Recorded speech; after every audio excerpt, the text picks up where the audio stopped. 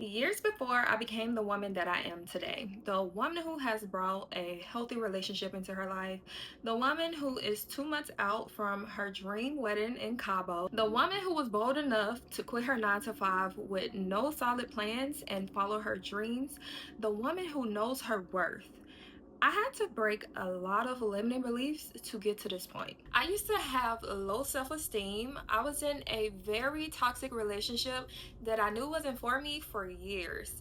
And I didn't take care of my body or even eat properly. So, to become the woman that I am today, it took a lot of inner work. I had to change the way that I saw myself. I had to learn how to trust myself again, value myself, and actually believe that I was worthy of the life that I wanted. And eventually, my external life started reflecting the woman that I was becoming internally. I created the dream life that I'm living in currently. I wouldn't trade that transformation for anything because it taught me a big lesson. You won't see any changes in your life until you change internally first. Therefore, you become a millionaire before you ever make $1 million.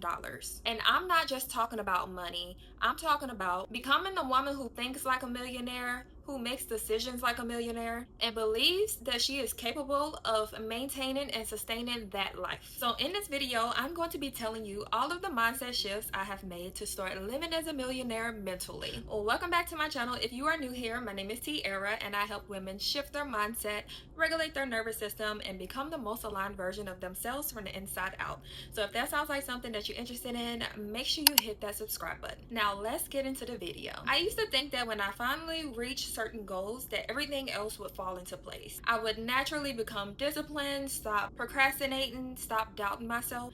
I thought success would create those things. Over time, I realized that it actually works the other way around. Those qualities are what creates success. Money doesn't hand you a new identity, it reveals the one that you currently have. That's why you'll hear stories of people who come into a lot of money, but they eventually lose it. Receiving money and becoming someone who can hold money are two completely different things. That realization changed the questions that I started asking myself. Instead of asking, how do I make more money? I started asking, who is the woman that naturally creates more wealth? And then I started becoming her. I became the woman who keeps her word, who makes bold decisions, who protects her peace, who lives her life in faith and not fear. The first shift that I made is keeping my word, and this one has probably changed my life more than anything else. I used to make promises to myself all the time. I'd say I was going to wake up earlier, film the video, go on the walk, read the book,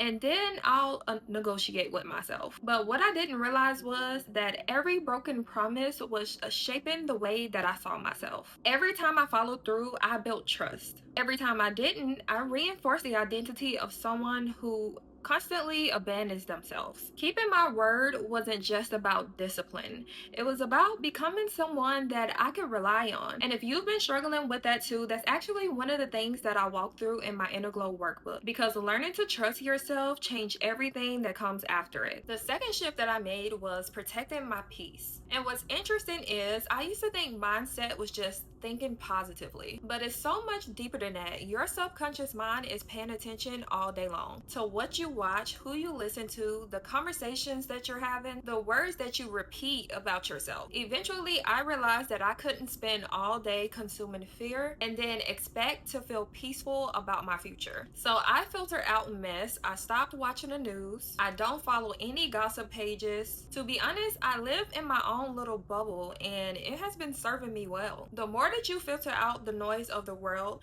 the more that you'll be able to hear God and make certain moves that will lead you to that $1 million.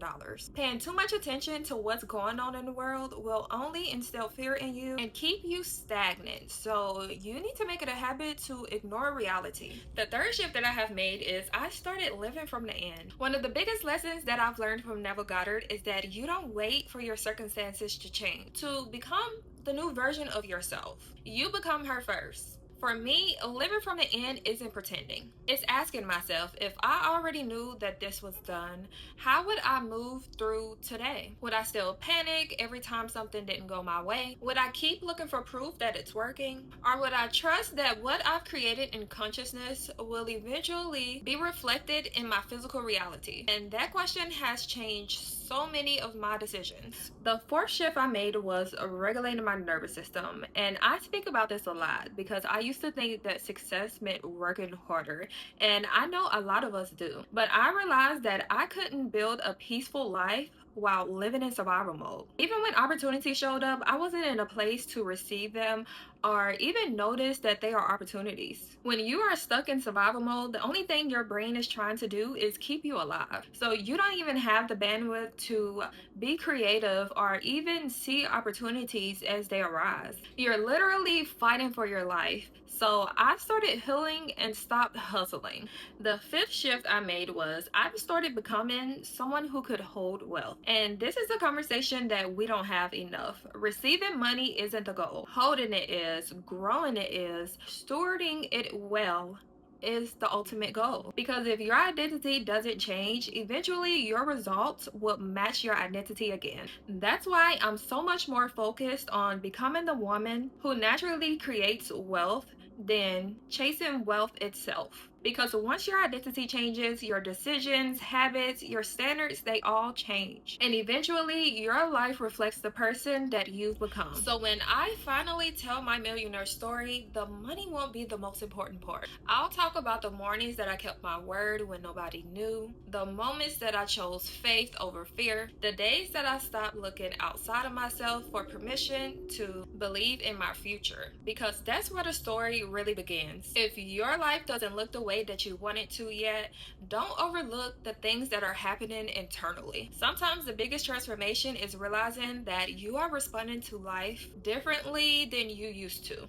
And that's worth celebrating. So if you are looking for a community to join while you are on your journey to becoming a millionaire, I created the Inner Glow community for women who are looking for support. I'll have the link listed below so you can join the wait list to become one of our first founding members and get all of the exclusive updates and everything that's to come before we launch. And if you're looking for a place to begin this work, my Inner Glow workbook is linked below. Also, if you're looking for more personalized support, my one-on-one coaching waitlist is also linked below. And I would love to hear your thoughts in the comments. Do you believe that we become the person first and then our outer world reflects that? Or has your experience looked different? I am curious to know, so make sure you comment. And if you enjoyed this conversation, don't forget to like this video, do all the good things to stay in touch with me. Make sure you turn on your notifications for the next video. And I appreciate you for spending this time with me, and I'll see y'all in the next one.